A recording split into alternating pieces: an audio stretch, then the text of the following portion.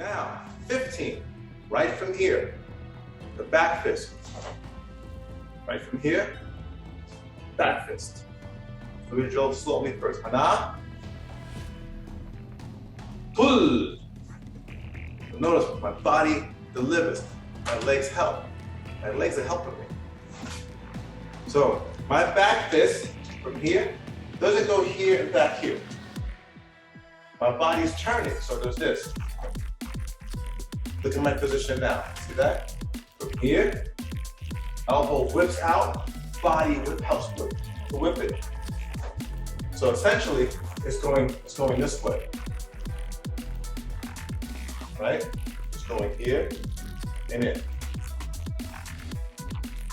Now, be careful to make sure the student is not going too hard, because they can damage their bicep if they get too excited, extending too fast, too hard, and too far. Those three things, those three strikes will take them out, right? So make sure it's not too much, that one technique.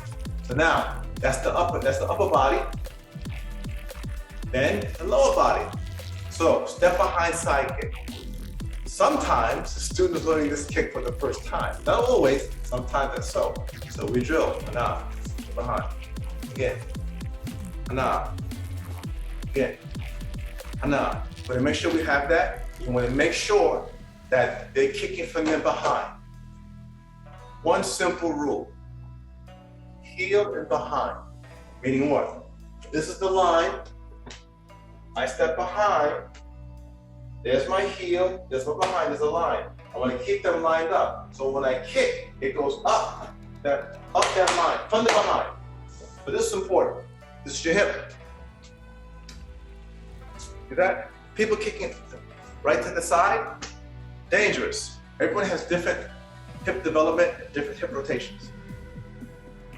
If you go too far this way, eventually you get ouch, and you get ouch, and you get ouch. Now, if you go to one of those crazy, stupid schools where they say no pain, no gain, and just fight through it, you keep doing that.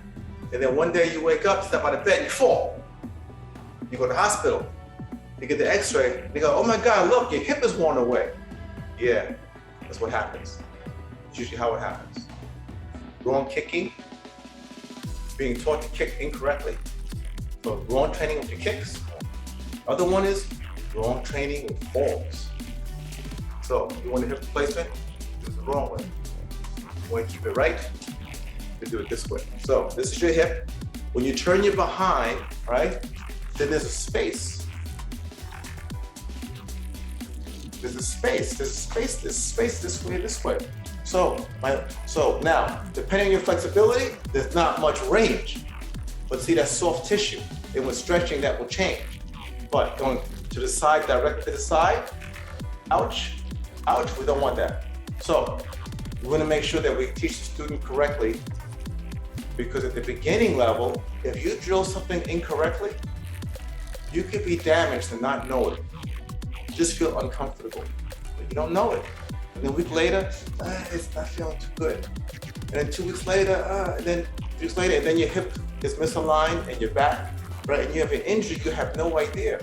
Then one day you step off the curb and you go, I hurt myself stepping off the curb. No, you've been hurting yourself all along, and the curb was the straw that broke the camel's back. So from the beginning, we want to make sure this is right. That's why we do Tiger 1, Tiger 2. Only once in a while they're lucky to get Happy 1 in the beginning. So we got the back fist, then we have step behind, all right? So now, from here, we do it easy. We teach them to flex their foot, kick right from the butt, almost like a back kick, right from the butt, and they're gonna drop it forward. They're gonna push into it, yeah, and they're gonna land, okay? Then we come back. So you wanna get that movement, right? How to step behind, right? And get the foot going that way and down. But we want to get it to the point where it's just a flow. We don't really want to do 1 and 2, because that's like throwing a ball, 1 and 2. You you can't really throw a ball very well that way. That's not how you throw a ball. So throwing your kick is the same thing.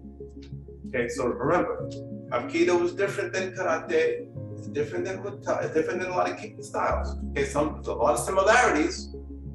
Okay, there's circles that these circles overlap, but they're still different. So this one, we're teaching how to push off this leg, right, and follow through. Just like that. So now, we drill the lower body, right, and you gotta get creative sometimes. Sometimes it's like this. Sometimes it's here. Sometimes it's like this. Hana. Right back. Pull. Se. Right, so sometimes it's that way. And then you follow the rest of the way. Hana. Both ways are challenging for the beginner. You know, doing it this way, from here, kicking and back, it's challenging, but beneficial. Sometimes you gotta do it that way to make sure they have the right alignment, and then you do the second part, sparring. Now, once we have that, what do? We put it all together, upper and lower body. One, right? So as soon as I do the back fist, while this is coming in, I'm already following through. So from here, how's it work? Slowly, of course, first. Hana. Look at my stance, side fighting position, horse stance, and back. Pull. And back. So it's pretty simple. So we got 14, we got 15, with 16, opposite side. Same thing, we just turn, hana, again, hana, again. So we're in side fighting position, facing this way. It's literally a back fist to your back. Hana, again, pull. So of course, after doing the right side, left is easy, because now they have an idea. So then we do, after the back fist, what we do?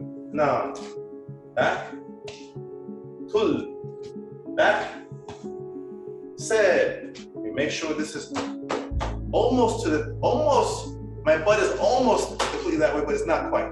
It's actually 45 degrees. But when I do the kicking, once I kick, when I actually kick, my butt's gonna turn a little bit more. Right, so over here, when I kick, and back. See that? Hana, pull. Then of course, what follows? The complete movement.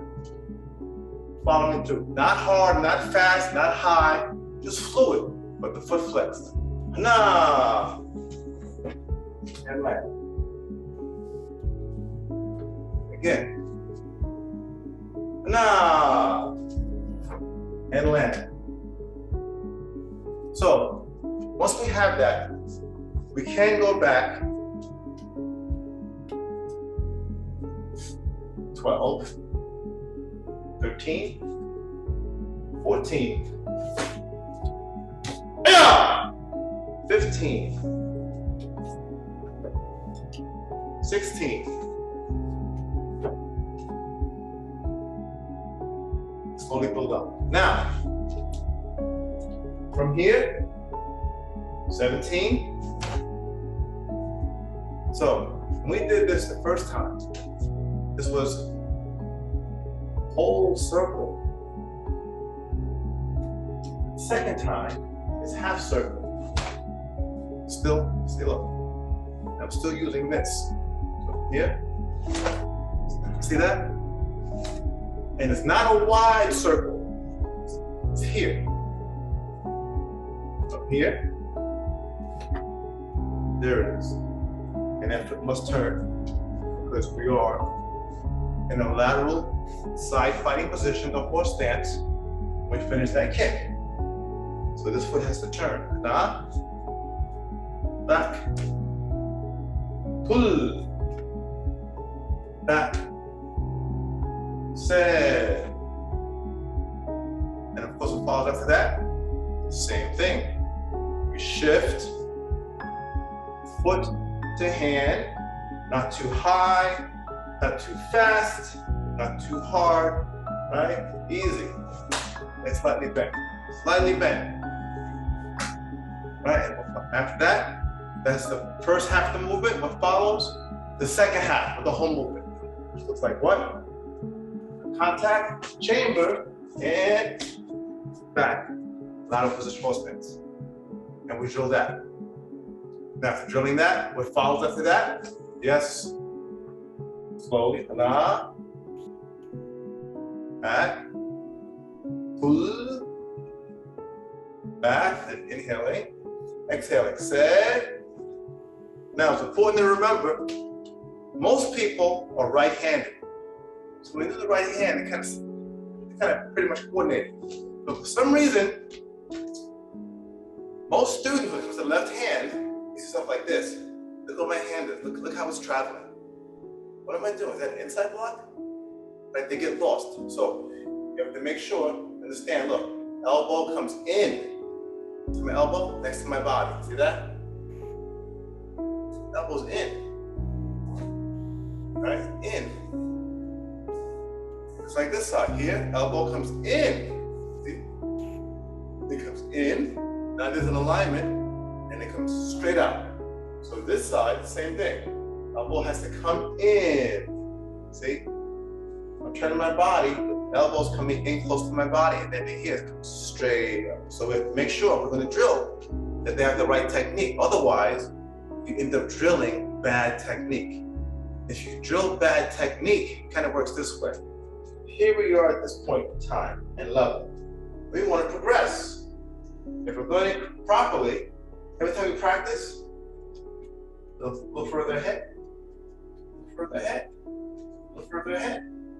But when we drill incorrectly, every time we drill, a little further back, a little further back, a little further back, and the further back you go, the harder to correct. If they had a hard time focusing enough to learn it correctly the first time, if they're 10 paces back, guess what? They gotta probably do almost as much time to get back to the beginning, to the starting point. If they don't start from there, they gotta get back to here. So that means that they have to work their technique correctly. They drill it in their body so their body actually has it right. It normally takes a lot of time. So they've been doing it wrong for a month. It takes about a month to get it right. When I say get it right, that means right back to where they started. Where now they can start improving. So make sure we're doing it correctly, especially with the left side. So we have here and right in my body, my legs are working, and my waist hips are working each time. So I'm getting lots of exercise training here. Right, make sure the fingers are firmly pressed together. Okay, you should all have that, of course, because we have that multiple times. We have that here. We have that here. We have that here. And we have it here. Right? So we drill, and then what's after that? Then we drill from the balance. Na, pull. Na, pull. Na, pull. So smooth and slow is better at first, but that'll save so much time. Students in a rush waste their time. It takes them 10 times longer to learn everything, and the time keeps increasing. If they take their time, they'll learn sharp, fast, and easy. So we got that. Then what happens after that? Then we put it together. Right? We put it together. So what happens? All 4 parts. Na, shift. Remember that part. Shift. Arm slightly bent, and this knee is going to be slightly bent. Light pressing kick, we meet it, bend it in, and then we drill that. Now, of course, after that, the end is easy. Na, in, pull, in, set. That's the first part. Then second part. Na, in, Again. Set. Now, be aware, we want to have strong technique right from the beginning. Right? When we're teaching, we are teaching how to become a black belt level. We're not teaching white belts. We're not teaching yellow belts. Okay, that's just get an idea of where they are at that point in time. We are teaching black belts, so we gotta make sure everything's correct. Watch my palm.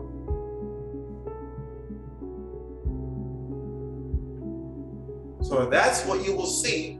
99.9% of the martial arts world. That's what you're gonna see. Problem is this: I'm coming this way. At any point, if I have a real martial artist, they understand my hand's coming out, their palm's coming this way. Snap, crack a pop. Ito is a torn, right? And then your opponent is finished. So we don't do this way. Because at any point in time, look, I'm giving you, I'm vulnerable from A to B, all the way there, I'm vulnerable. Only when it's close to your face, and I've got pass over your hand, right? I can make that work. No, it's this way. My elbow's in, number one. Look at this. If we make contact here, it's not gonna bother me at all. I make contact, I know what's next right there. Oh, because you're close enough. No, we make contact, I know what to do right there. Oh, okay. If I come this way, we make contact, I'm damaged. And damaged for good, by the way. So remember, this palm strike comes this way. And look how both hands work together. It's the yin and the yang. See that? And right, so shifting and notice how my body shifts and where it goes into it.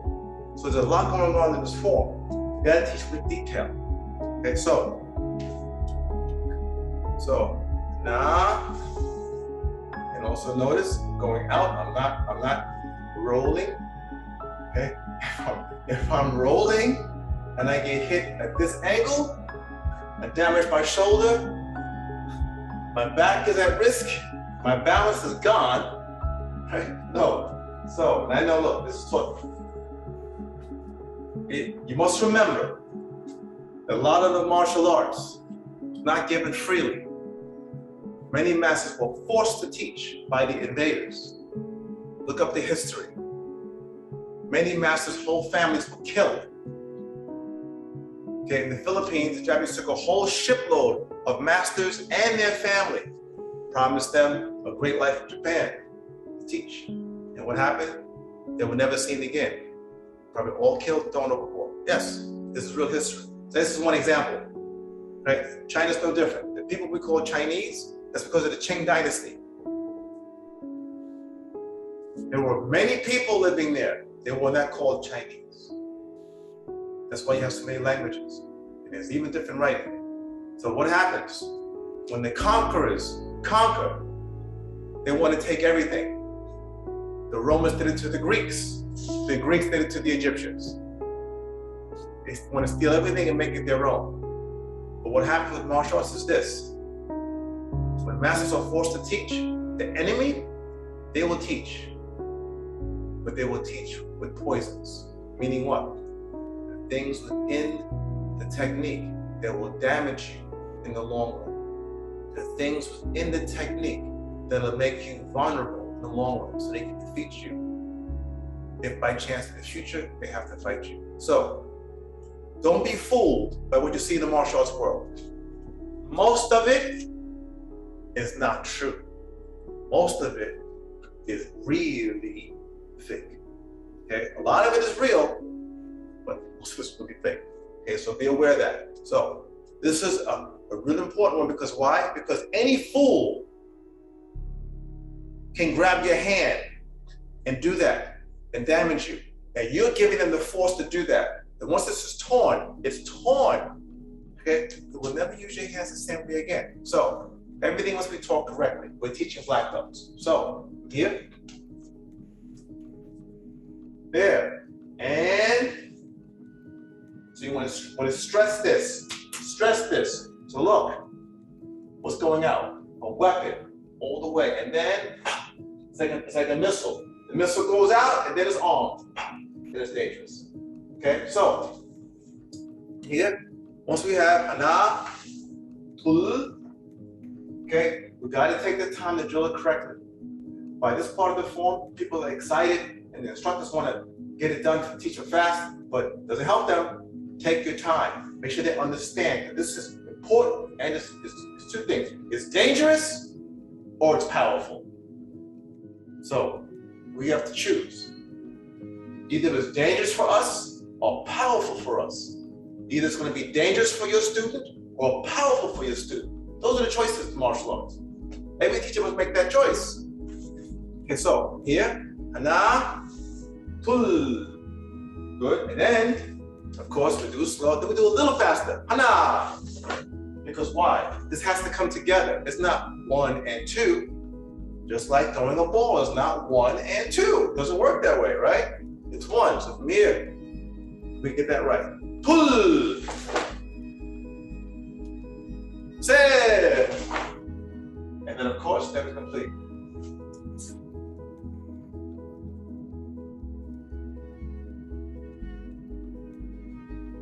So, I know that's a lot for this section.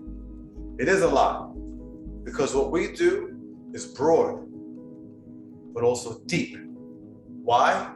Because we aim to build very high.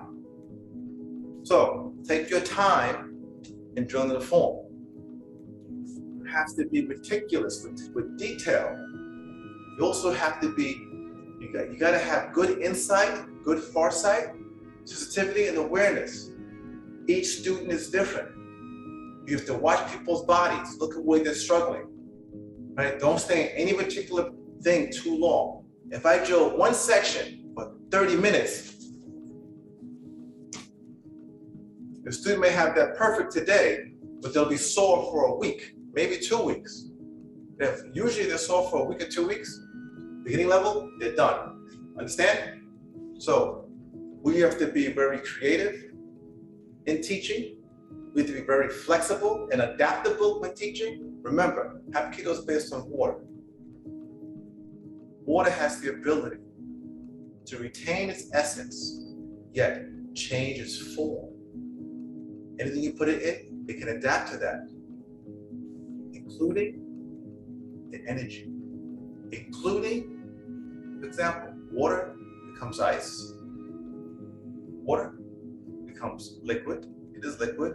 Water can become gases, right? Gaseous. So what else can do that? As an instructor, as a teacher, to be an excellent instructor, you must learn to be like water.